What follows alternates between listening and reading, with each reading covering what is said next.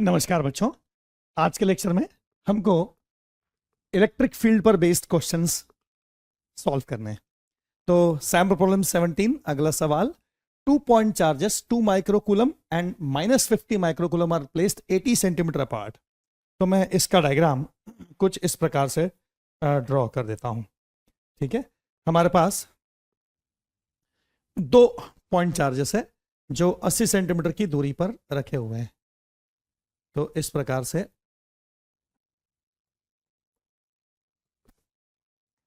एक लाइन पे हमारे पास 2 पॉइंट चार्जेस रखे जो 80 सेंटीमीटर दूरी पर रखे हुए हैं। तो एक पॉइंट चार्ज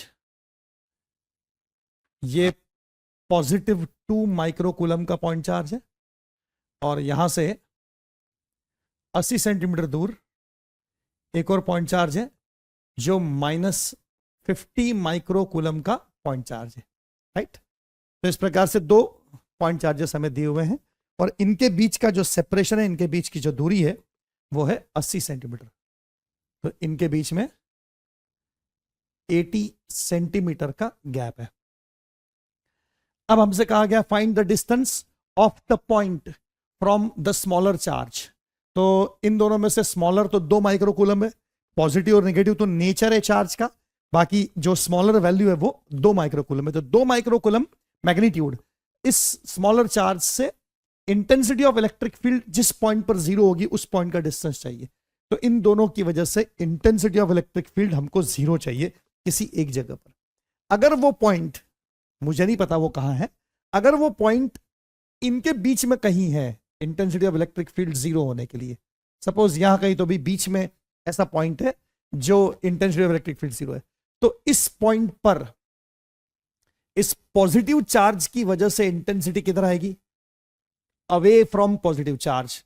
तो इस पॉइंट पर राइट हैंड साइड की तरफ इसकी वजह से आएगी, और इस पॉइंट पर -50 माइक्रोकूलम की वजह से तो टुवर्ड्स -50, तो वो भी राइट हैंड साइड ही आ गई।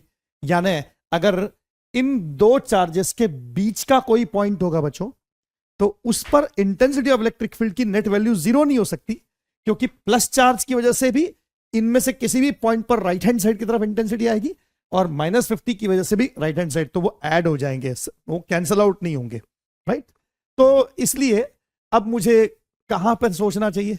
तो अगर मैं इस तरफ कोई पॉइंट लेता हूं, मान लो इधर वाला पॉइंट लेता हूं, तो इस वाले पॉइंट पर intensity of electric field -50 microcoulomb की वजह से किधर आएगी? टुवर्ड्स द नेगेटिव चार्ज, मतलब लेफ्ट हैंड साइड, और पॉजिटिव चार्ज की वजह से किधर आएगी? अवे। तो अवे फ्रॉम द चार्ज मतलब राइट हैंड साइड। तो इनका रिजल्टेंट 0 हो सकता है?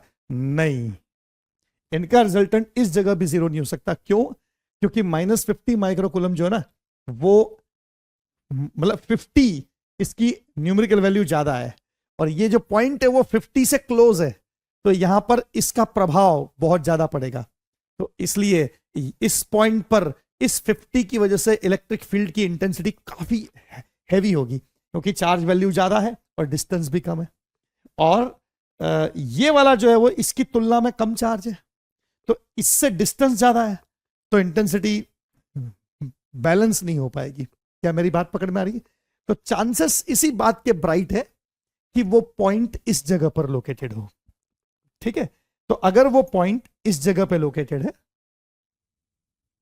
सपोज यहां पर वो पॉइंट लोकेटेड है जिस पॉइंट P पर इलेक्ट्रिक फील्ड की वैल्यू 0 है, तो अब चेक करें इलेक्ट्रिक फील्ड किस किस की वजह से कहां पर आने वाला है। तो देखो, एक इलेक्ट्रिक फील्ड आने वाला है बच्चों because of this +2 microcoulomb charge. तो ये जो +2 माइक्रोकूलम चार्ज है, इसकी वजह से electric field away from positive charge आएगा।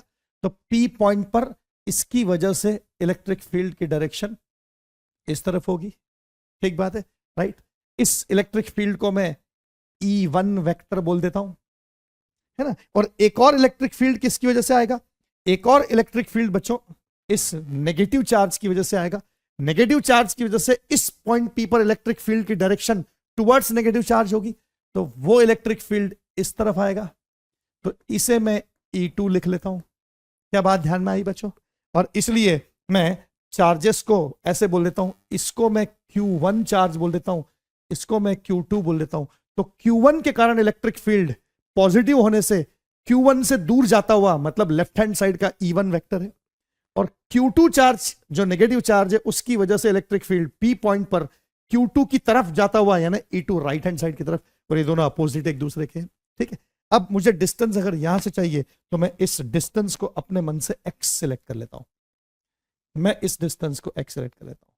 ठीक है, तो Q1 से P पॉइंट का डिस्टेंस कितना हो गया x, और Q2 से P पॉइंट का डिस्टेंस कितना हो गया 80 प्लस x सेंटीमीटर में, 80 प्लस x सेंटीमीटर। ठीक बात है, राइट? ओके, तो इसलिए मुझे कैलकुलेशन इस प्रकार का मिल जाएगा बच्चों, E1 वेक्टर का मैग्नीट्यूड और E2 वेक्टर का मैग्नीट्यूड न्यूमेरिकली इक्वल होना चाहिए, तभी जाकर intensity of electric field zero होगी। तो E1 इस को क्रिएट करने वाला कौन है, पॉजिटिव Q1, तो उसकी वजह से मैग्नीट्यूड कितनी होगी K Q1 upon distance x का स्क्वायर। ठीक लिखा है मैंने, और इसी प्रकार से यहां पे K Q2, ये E2 जो क्रिएट हो रहा है वो सेकंड चार्ज की वजह से क्रिएट हो रहा है, अपॉन डिस्टेंस, तो डिस्टेंस इसमें हो जाएगा 80 प्लस x सेंटीमीटर का स्क्वायर। ठीक बात है, मैं यूनिट्स कन्वर्ट नहीं कर रहा हूं, जरूरत ही नहीं पड़ेगी, क्योंकि देखो इस K से K कैंसिल हो जाएगा, है ना। Q1 माइक्रोकूलम में है, Q2 भी माइक्रोकूलम में है, तो माइक्रोकूलम यूनिट से माइक्रोकूलम यूनिट में कैंसिल हो जाएगी। तो अगर ये सेंटीमीटर में है तो ये भी सेंटीमीटर में अपने आप सॉल्व होकर आंसर सेंटीमीटर में आ जाएगा।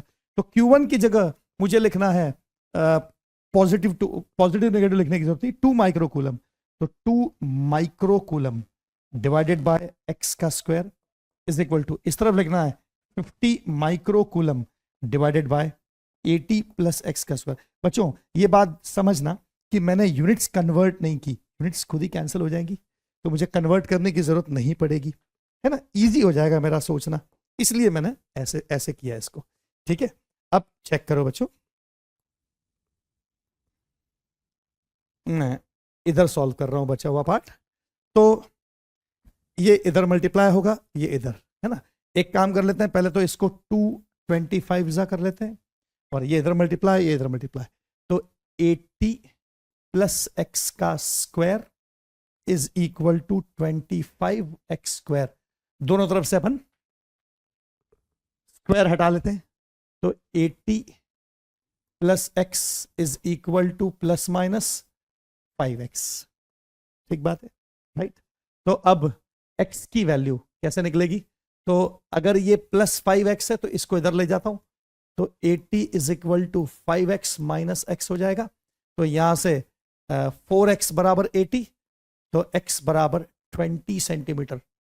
ठीक है, लेकिन अगर मैं माइनस 5x सिलेक्ट करूं, तो माइनस 5x अगर सिलेक्ट करता हूं तो ये इस तरफ जाएगा, तो x की वैल्यू आ जाएगी 80 is equal to minus 6x, तो x is equal to minus 80 by 6, तो 80 बाय 6 मतलब हो जाएगा minus 40 bye 3 centimetre.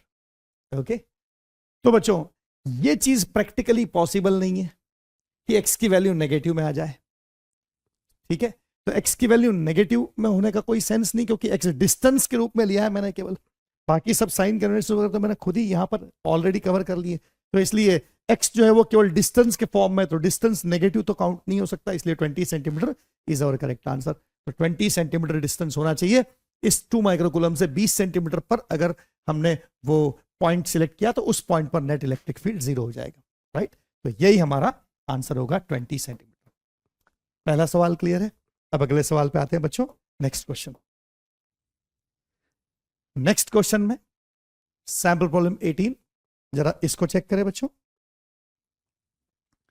How many electrons should be added और removed from a neutral body of mass 10 milligram so that it may remain stationary in air in an electric field of strength 100 newton per coulomb directed upward. एक electric field दिया हुआ है directed upward, है ना, 100 newton per coulomb का, और वो uniform electric field है। ठीक है, how many electron should be added और removed from a neutral body of mass 10 milligram so that it may remain stationary in an electric field of strength 100 newton per coulomb directed upward. तो इसका मतलब वो एक uniform electric field है, तो uniform electric field upward directed है। ठीक है, तो सबसे पहले मैं upward directed uniform electric field को ड्रॉ कर लेता हूं। राइट, तो बच्चों इस प्रकार से एक यूनिफॉर्म इलेक्ट्रिक फील्ड है upward directed.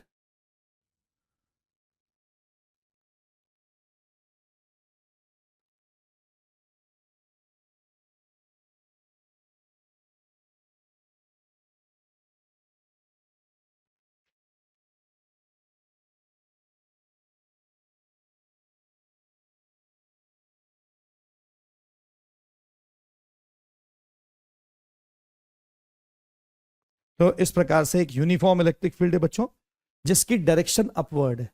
Uniform electric field जो अपवर्ड डायरेक्टेड है, इसकी डायरेक्शन अपवर्ड है। तो एक यूनिफॉर्म इलेक्ट्रिक फील्ड है जो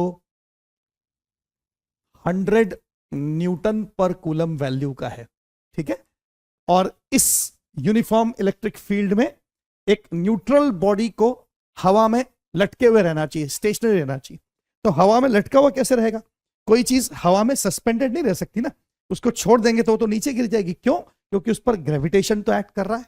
हाँ, ग्रेविटेशन फोर्स के खिलाफ अगर कोई दूसरा फोर्स दे दिया जाए तो वो बैलेंस ले सकती है। जैसे ये पेन है, इस पेन को मैं अपनी हथेली पर रख दूं तो अब ये नीचे नहीं गिर रहा है, क्योंकि इस पर ग्रेविटेशन तो लग रहा है, लेकिन मेरा हाथ जो है वो इसके ऊपर एक नॉर्मल कांटेक्ट फोर्स भी तो लगा रहा है ऊपर की तरफ, तो इसलिए वो बैलेंस्ड हो गया।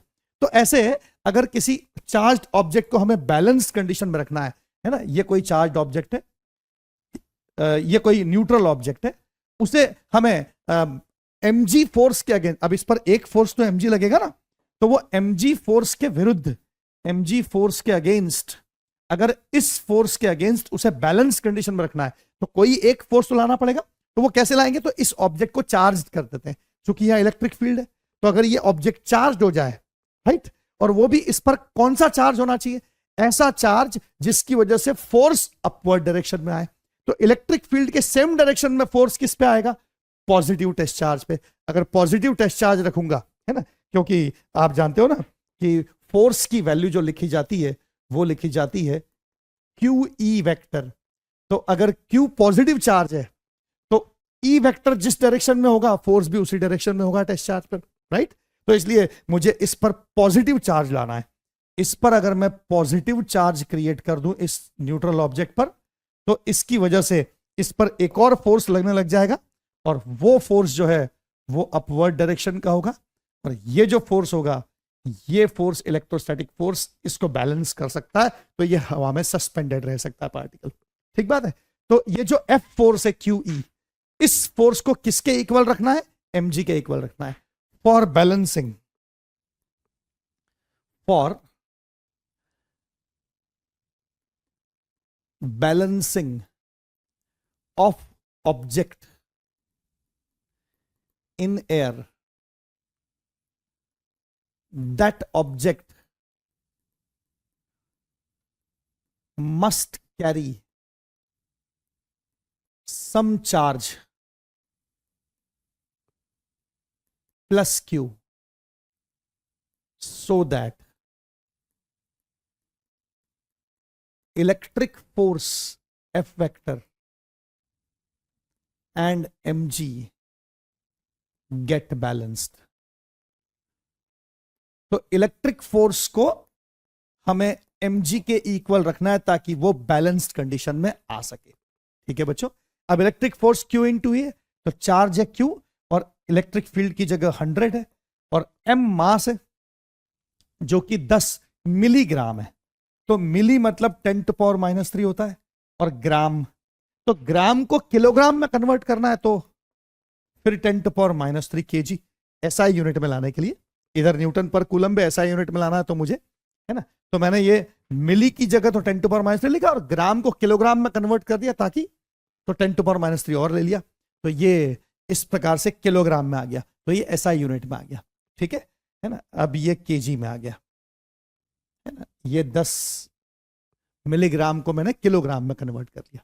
ओके, सो दैट इट में रिमेन स्टेशनरी। तो इनटू जी, तो g की जगह 9.8 या 10 नहीं 10 इन्होंने लिखा है, या 10 मीटर पर सेकंड स्क्वायर लेना है, तो अब सारी चीज एसआई यूनिट में आ गई बच्चों, राइट। तो इधर भी एसआई यूनिट, इधर भी एसआई यूनिट, तो क्यू चार्ज कूलम में आंसर आ जाएगा इसका, क्यू चार्ज की वैल्यू पता चल जाएगी हमको। ओके, तो देखो ये 10 और ये 10, 100 से ये 100 चला गया, तो क्यू की वैल्यू हमें मिल जाती है 10⁻⁻6 कूलम। ठीक है, मतलब 1 माइक्रो कूलम हो गया, तो 1 माइक्रो कूलम का चार्ज देना पड़ेगा। ठीक है, तो how many electron should be added और रिमूव्ड। अब हमें पता लगाना है कि ये 1 माइक्रो कूलम का चार्ज प्रोवाइड करना है तो कितने इलेक्ट्रॉन्स रिमूव करना।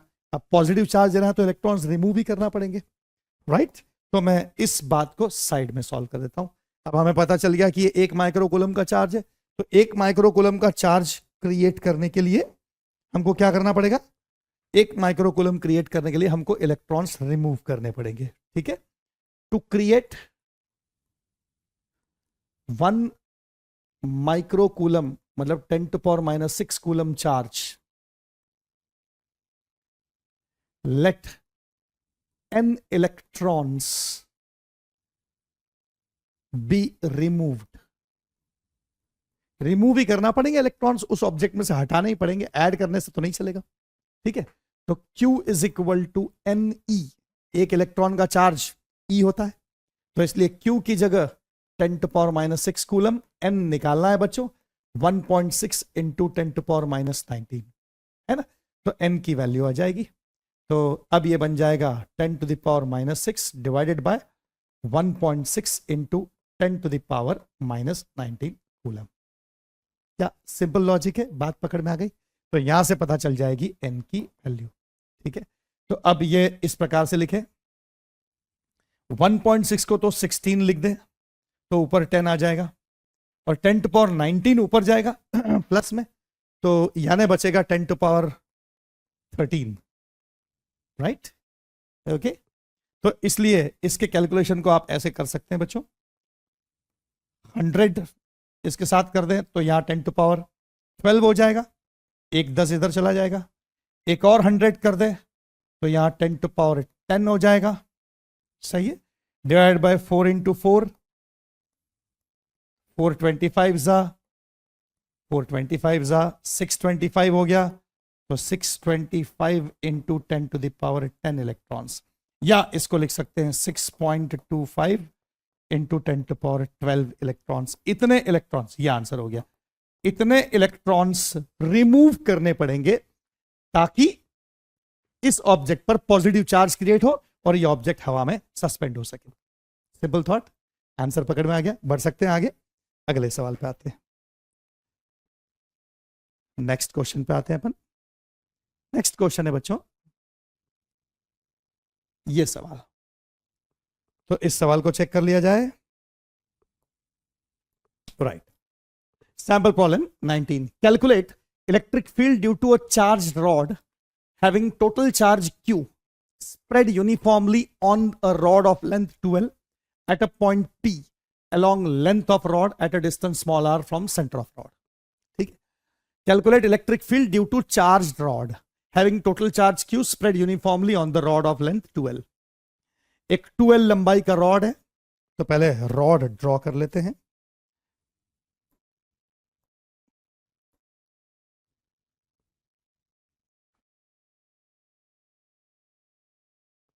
हमारे पास एक 2L लेंथ का रॉड है,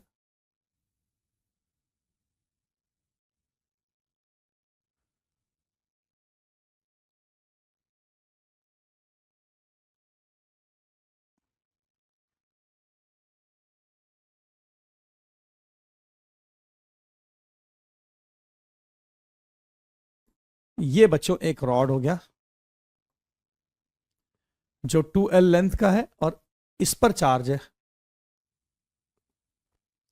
तो इस रॉड पे Q चार्ज स्प्रेड है यूनिफॉर्मली, यूनिफॉर्मली इसके ऊपर चार्ज स्प्रेड है बच्चों। ठीक है, तो इस पर चार्ज स्प्रेड है यूनिफॉर्मली और इसकी लेंथ 12 दी हुई है और इस पर टोटल चार्ज Q दिया हुआ है। ठीक है, तो हमको निकालना है इसकी वजह से electric field at a point P along length of rod. हमें एक पॉइंट P चाहिए जो लेंथ ऑफ रॉड पर है, तो लेंथ ऑफ रॉड पे एक पॉइंट चाहिए हमको, और उस पॉइंट पर हमको इलेक्ट्रिक फील्ड फाइंड आउट करना है। ठीक है, तो लेंथ ऑफ रॉड पे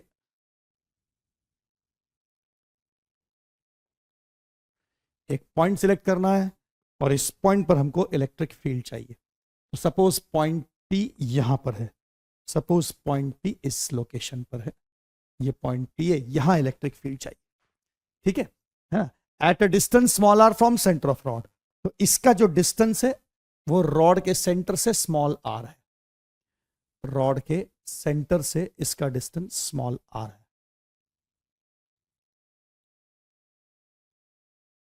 और रॉड की जो टोटल लेंथ है वो 2L है, तो सेंटर ऑफ द रॉड से L इधर आएगा और सेंटर ऑफ द रॉड से L इस तरफ आ जाएगा। तो इस प्रकार से इधर L 2L लेंथ का रॉड हो गया सेंटर से। अब इसकी वजह से हमको इस पॉइंट पर इलेक्ट्रिक फील्ड चाहिए बच्चों। ठीक है, राइट। अब ये जो रॉड है ये एक शेप वाला ऑब्जेक्ट हो गया, ये पॉइंट ऑब्जेक्ट नहीं है, राइट। फर्क पड़ गया। तो हमने पहले भी सीखा था कि जब भी शेप वाले ऑब्जेक्ट पर चार्ज डिस्ट्रीब्यूट होता है ना, तो चार्ज डेंसिटी डिफाइन होती है और वहां पे कूलम्स लॉ डायरेक्टली अप्लाई नहीं हो सकता। ओके, तो हमको जब भी इलेक्ट्रिक फील्ड निकालना होता है तो क्या करना पड़ता है, जिस जगह इलेक्ट्रिक फील्ड निकालना है वहां पर एक टेस्ट चार्ज रखो, उस टेस्ट चार्ज पे फोर्स निकालो और फिर उस फोर्स को टेस्ट चार्ज से डिवाइड करो तो इंटेंसिटी ऑफ इलेक्ट्रिक फील्ड आती है, राइट। कूलम्स लॉ ही तो यूज होता है, लेकिन कूलम्स लॉ जो 1/4πε0 Q1 Q2/r² है वो तो केवल पॉइंट चार्जेस के लिए लगता है। अगर शेप वाला ऑब्जेक्ट हो तो क्या करना पड़ता है, इंटीग्रेशन का सहारा लेना पड़ता है, राइट। तो 5 स्टेप्स होती है, आपने पहले भी सीखी हुई है। सेम प्रोसीजर है 5 स्टेप्स का, है ना, हर बार सेम प्रोसीजर है। तो धीरे धीरे प्रैक्टिस से आप परफेक्ट होते जाओगे उसमें। तो स्टेप नंबर 1, सबसे पहले हमको एक्स एक्सिस सिलेक्ट कर लेना है ना, इस पॉइंट को ओरिजिन मान लेना है, ये पॉइंट ओरिजिन है, राइट। और ये एक्स एक्सिस सिलेक्ट कर लेते हैं इसको, ठीक है। और इस कंप्लीट एंटायर रॉड को छोटे छोटे छोटे छोटे पार्ट्स में बटा हुआ है, ये जो पूरा रॉड है, ये पूरा रॉड छोटे छोटे छोटे छोटे छोटे छोटे सेक्शंस में बटा हुआ है, हम ऐसा मान लेंगे छोटे छोटे छोटे छोटे पार्ट्स में डिस्ट्रीब्यूटेड है, right.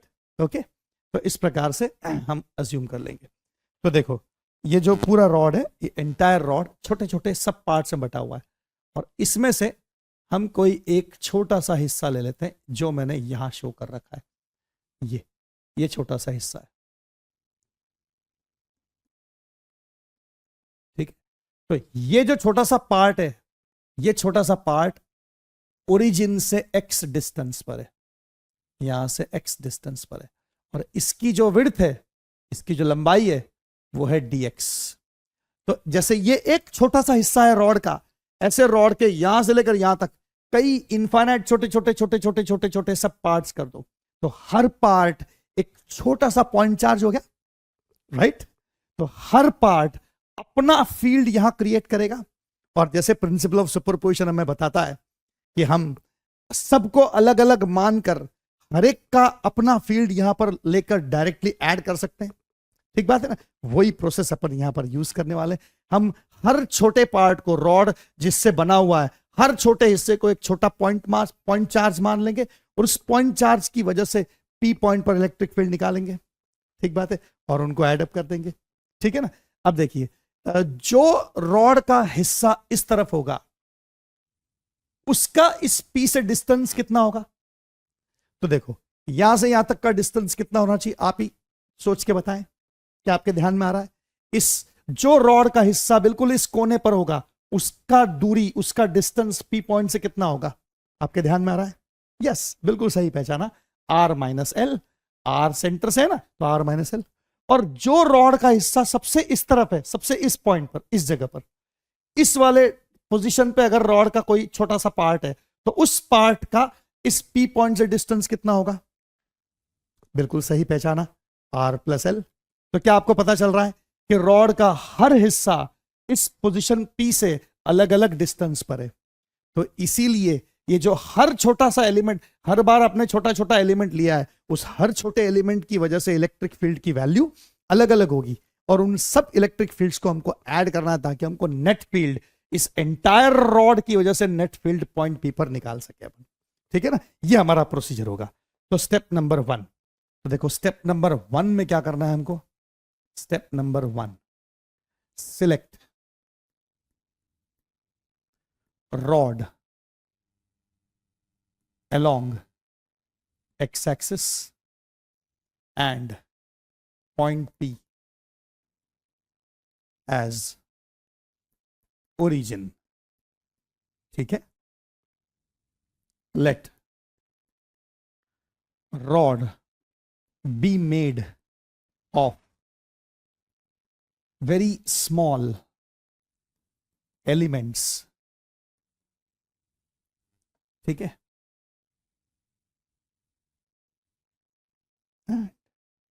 select one such element of rod at distance x from P having width dx. तो हम अज्यूम कर रहे हैं कि रॉड छोटे छोटे छोटे छोटे छोटे छोटे सब पार्ट से मिलकर बना हुआ है, उसमें से हर एलिमेंट की जो चौड़ाई है वो dx dx dx ऐसे dx dx इनफाइनाइट छोटे छोटे छोटे छोटे सब पार्ट्स है, उनसे मिलाकर रॉड बना हुआ है, राइट। यहां से लेकर यहां तक ऐसे छोटे छोटे छोटे छोटे पीसेस हैं, उनको जोड़कर रॉड बना हुआ है, ऐसा हम अज्यूम कर लेंगे, राइट। और ये क्या क्यू चार्ज जो टोटल स्प्रेड है रॉड के ऊपर, पूरी तरह रॉड के ऊपर स्प्रेड है ना, तो उसमें से केवल dx लेंथ पे कितना चार्ज होगा वो अब अपन नेक्स्ट स्टेप में निकालने जा रहे हैं। तो नेक्स्ट स्टेप में हम निकालने जा रहे हैं कि उस छोटे से हिस्से dx पर कितना छोटा सा चार्ज अवेलेबल है, हम उसको निकालने जा रहे हैं। चेक करो बच्चों, स्टेप नंबर 2। तो स्टेप नंबर 2 में हम लिख सकते हैं very small charge dq on small element of rod। ठीक है, तो ये कैसे निकालेंगे, बहुत आसान है। तो हम लिखेंगे lambda is equal to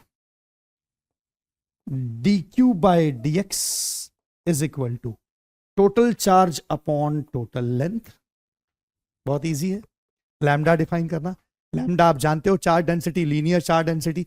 rod जैसे ऑब्जेक्ट्स होते हैं जिसमें थिकनेस बहुत नेग्लिजिबल होती है, लेंथ ही इंपॉर्टेंट क्राइटेरिया होता है उनके लिए। Linear charge density lambda total charge upon total length. तो पूरे रॉड का लेंथ 2l है, उसके ऊपर क्यू चार्ज स्प्रेड है, तो लीनियर डेंसिटी लैम्डा हो गई। ठीक है, तो इसलिए जो dq की वैल्यू होगी वो लैम्डा डी, बस dx को इधर ट्रांसफर कर दो, तो dq की वैल्यू स्मॉल चार्ज की वैल्यू इसको इधर ट्रांसफर कर दो, तो लैम्डा dx होगी। तो लैम्डा की वैल्यू ये है, राइट। तो dq is equal to lambda dx is equal to q by 2l into dx। ठीक है, वैसे इसको हम ऐसे भी लिख सकते थे, ये भी एक तरीका होता है इसको लिखने का कि स्मॉल चार्ज, ओके, हम इसको ऐसे भी लिख सकते हैं बच्चों कि 2l length of rod has total charge q। 2l length जो है पूरी एंटायर लेंथ ऑफ रॉड, उस पे चार्ज कितना है q। therefore dx length of rod has charge. अगर 2l लेंथ पे q चार्ज है तो dx लेंथ पे कितना चार्ज है ना। 4 रुपये की अगर एक चॉकलेट है तो 16 रुपये की कितनी चॉकलेट है निकाल सकते हैं अपन, ठीक बात है। तो इसी प्रकार से 2l लेंथ में q चार्ज है तो dx में कितना चार्ज होगा, तो of course q by 2l से डिवाइड हो जाएगा, dx से मल्टीप्लाई, सेम ही तो आंसर आया। ठीक है ना, तो इस तरह से भी लिख सकते हैं इसको, this is also one way to write. Okay, ठीक है, तो अब हम अगली पायदान पर लिख रहे हैं स्टेप नंबर 3 पे। ठीक है, तो स्टेप नंबर 3 में लिख रहा हूं मैं, step 3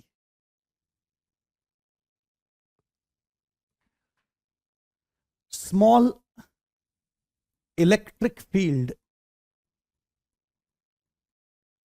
okay, small electric field due to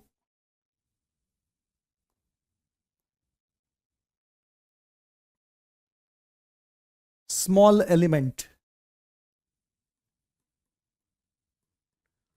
of rod at P. Small electric field P point पर, इलेक्ट्रिक फील्ड तो P पॉइंट पर है, किसकी वजह से? इस छोटे से एलिमेंट। तो अब बाकी पूरे रॉड को नेग्लेक्ट कर दो, सोच लो कि बाकी पूरा रॉड है ही नहीं, है ना, मान लो इधर वाला और इधर वाला हिस्सा है ही नहीं रॉड का, बस ये व्हाइटिश दिख रहा है आपको, बस इतना सा हिस्सा है, बाकी पूरे रॉड को आप सोच लो कि बाकी पूरा रॉड है ही नहीं, अब्सेंट है, तो सिर्फ वो एलिमेंट जो छोटा सा पार्ट है, वो छोटा सा पार्ट है, बाकी पूरा रॉड है ही नहीं। तो ये छोटा सा पार्ट इतना छोटा है कि ये एक पॉइंट चार्ज की तरह है। तो ये पॉइंट चार्ज इस P पॉइंट पर कितना इलेक्ट्रिक फील्ड लगाएगा, ये तो हम डायरेक्ट लिख सकते हैं, क्योंकि पॉइंट चार्ज की वजह से इलेक्ट्रिक फील्ड लिखना तो हमें आता है, ठीक बात है। तो इसलिए इसका इलेक्ट्रिक फील्ड हम डायरेक्ट लिख सकते हैं बच्चों, और वो लिख सकते हैं DE, very small electric field, और वेरी स्मॉल इलेक्ट्रिक फील्ड होगा 1/4πε0 into DQ, charge upon distance x का स्क्वायर। कोई खास बात नहीं, वेरी इजी, राइट। अब जजमेंट ले कि अगर मैं यहां से लेकर आखिरी तक रॉड के सारे एलिमेंट्स के कारण P पॉइंट पर इलेक्ट्रिक फील्ड की बात करूं, यह रॉड का हर हिस्सा जो इलेक्ट्रिक फील्ड पैदा करेगा, वो हर हिस्सा पॉजिटिव चार्ज है, तो उसका फील्ड जो है वो P से अवे जाने वाला ही होगा, P पॉइंट पर फील्ड चार्ज से दूर जाने वाला ही होगा, तो यानी सब डायरेक्शंस राइट हैंड साइड ही पॉइंटेड होगी, तो डायरेक्टली ऐड हो सकता है, ठीक बात है, राइट। इस बात का ख्याल रखें। तो हम इस प्रकार से लिख सकते हैं स्टेप नंबर 4 में, every element of rod creates field at P in same direction, ठीक है, hence we can directly add, इसलिए सीधे इंटीग्रेशन कर सकते हैं, डायरेक्ट इंटीग्रेशन कर सकते हैं, बस सिंपली लास्ट स्टेप में, स्टेप नंबर 5 में इंटीग्रेट करना है आपको। तो स्टेप नंबर 5, नेट फील्ड निकालना है, net field at P, P point पर नेट फील्ड क्या होगा, तो नेट फील्ड से इंटीग्रेशन से आ जाएगा, और वो होगा इंटीग्रेशन 1/4πε0 DQ। तो DQ की जगह रिप्लेस कर सकते हो यहां से, DQ हमने DQ सॉल्व किया था ना, ये हमने DQ निकाला था, यहां पे आप चेक कर सकते हो, तो DQ की वैल्यू रिप्लेस कर दो, ठीक है, DQ बराबर Q/2L dx, तो Q/2L इंटू dx, ये DQ की जगह लिख दिया, डिवाइडेड बाय x², ये इंटीग्रेशन सॉल्व करना है। तो इंटीग्रेशन के लिमिट्स चेक कर लो कहां से कहां तक आएगी, तो देखो Q कांस्टेंट है, बाहर आ गया, 4πε0 कांस्टेंट है, 2L कांस्टेंट है, बाहर आ गया ये सब, ठीक है।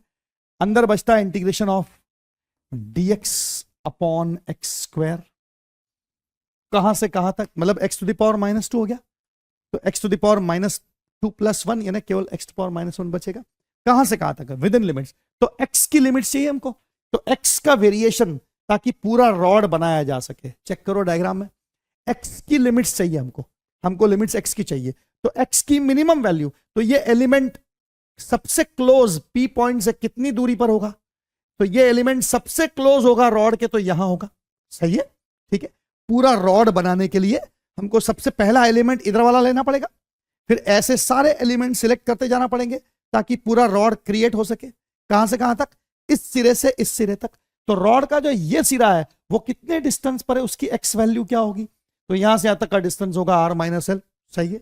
और रॉड का इधर वाला सिरा, सबसे इधर वाला सिरा कितनी दूरी पर है, तो सबसे आखिरी सिरा कितनी डिस्टेंस पर है, तो वो है r+l। तो यानी लिमिट्स कहां से कहां तक होंगी, r+l से r-l से r+l तक, तो r-l लोअर लिमिट से r+l। अब तो सिंपली ये इंटीग्रेशन सॉल्व करके और आंसर लिखना है, तो हमारा आंसर इस प्रकार से आ जाएगा बच्चों, ठीक है। तो इस प्रकार से हमारा आंसर आएगा, E = Q/4πε0 2L इंटू, अब इसका इंटीग्रेशन तो होगा x⁻⁻1 1/x होगा इसका integration, x to the power -2 + 1 upon -2 + 1, x to the power -2 है ना ये, तो एक्स टू द पावर -2 का इंटीग्रेशन कर रहे हैं अपन, ये इंटीग्रेशन सॉल्व कर रहे हैं, एक्स टू द पावर -2 है ये, तो एक्स टू द पावर -2 का इंटीग्रेशन आप जानते हो, मैं यहां डायरेक्ट ले लेता हूं, x to the power -2 + 1 upon x to the power -2 + 1 upon -2, तो x to the power -2 + 1 divided by -2 + 1, ये किस फॉर्म से किया इंटीग्रेशन, ये मैंने ऐसा इंटीग्रेशन किया, x to the power n, integration of x to the power n होता है x to the power n + 1 upon n + 1 plus constant of integration. इस फॉर्मूले का इंटीग्रेशन का यूज करके मैंने इसको सॉल्व किया है, ठीक बात है, राइट। तो ये x टू द पावर -2 है, 1 अपॉन x² है ना, तो 1 अपॉन x² मतलब x टू द पावर -2, तो x to the power -2 + 1 upon -2 + 1 within limits, कहां से कहां तक, r - l से r + l तक, तो ये -2 + 1 मतलब -1, तो ये -1/x हो गया, x टू द पावर -1 होगा ना, तो 1/x हो जाएगा, तो -1/x हो जाएगा ये, क्या क्लियर है सिचुएशन। तो इलेक्ट्रिक फील्ड क्या आएगा, q अपॉन 4πε0 इंटू 2l, और ये है x to the power -1 divided by -1 within limits r - l से r + l, सही है। तो माइनस साइन तो इसकी वजह से आ जाएगी, और x टू द पावर -1 का मतलब 1 अपॉन x होता है, तो -1 अपॉन x। अब तो केवल सिंपली लिमिट्स रख के सॉल्व करके आंसर लिखना है, तो लिमिट्स रख के सॉल्व करके आंसर लिख रहा हूं, ठीक है। तो यहां पर आंसर इस प्रकार से आ जाएगा, कैलकुलेशन इधर कर रहा हूं, तो चेक करें कैलकुलेशन, अब यहां से इधर ले रहा हूं कैलकुलेशन, तो इसलिए इलेक्ट्रिक फील्ड E बराबर हो जाएगा KQ, इसको K लिख लिया 1 अपॉन 4πε0 को अपॉन 2l, ठीक है, और यहां पे -1/x है, -1/x में लिमिट लगाएंगे r - l से r + l, पहले अपर लिमिट रखी जाती है हमेशा, तो E हो जाएगा KQ अपॉन 2l, पहले हमेशा अपर लिमिट, तो -1 अपॉन r + l, इसमें से सब्ट्रैक्ट करना है -1 अपॉन r - l,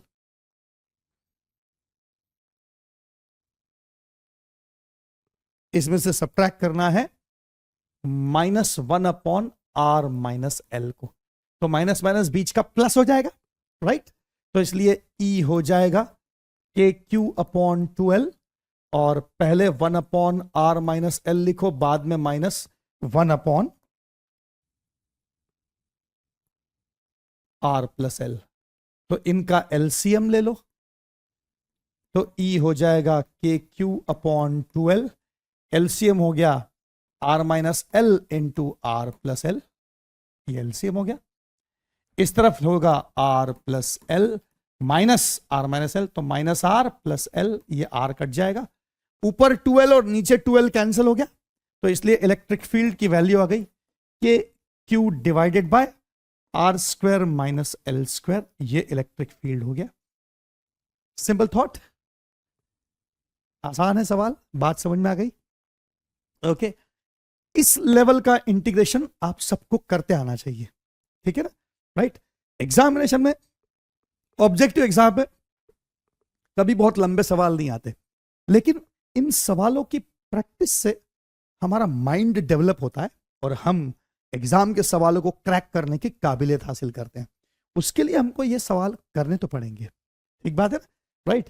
तो इस लेवल का जो मैं करवा रहा हूं, उस लेवल का इंटीग्रेशन हमें जरूर समझ में आना चाहिए, और ये हमें करते भी आना चाहिए बच्चों, ठीक है।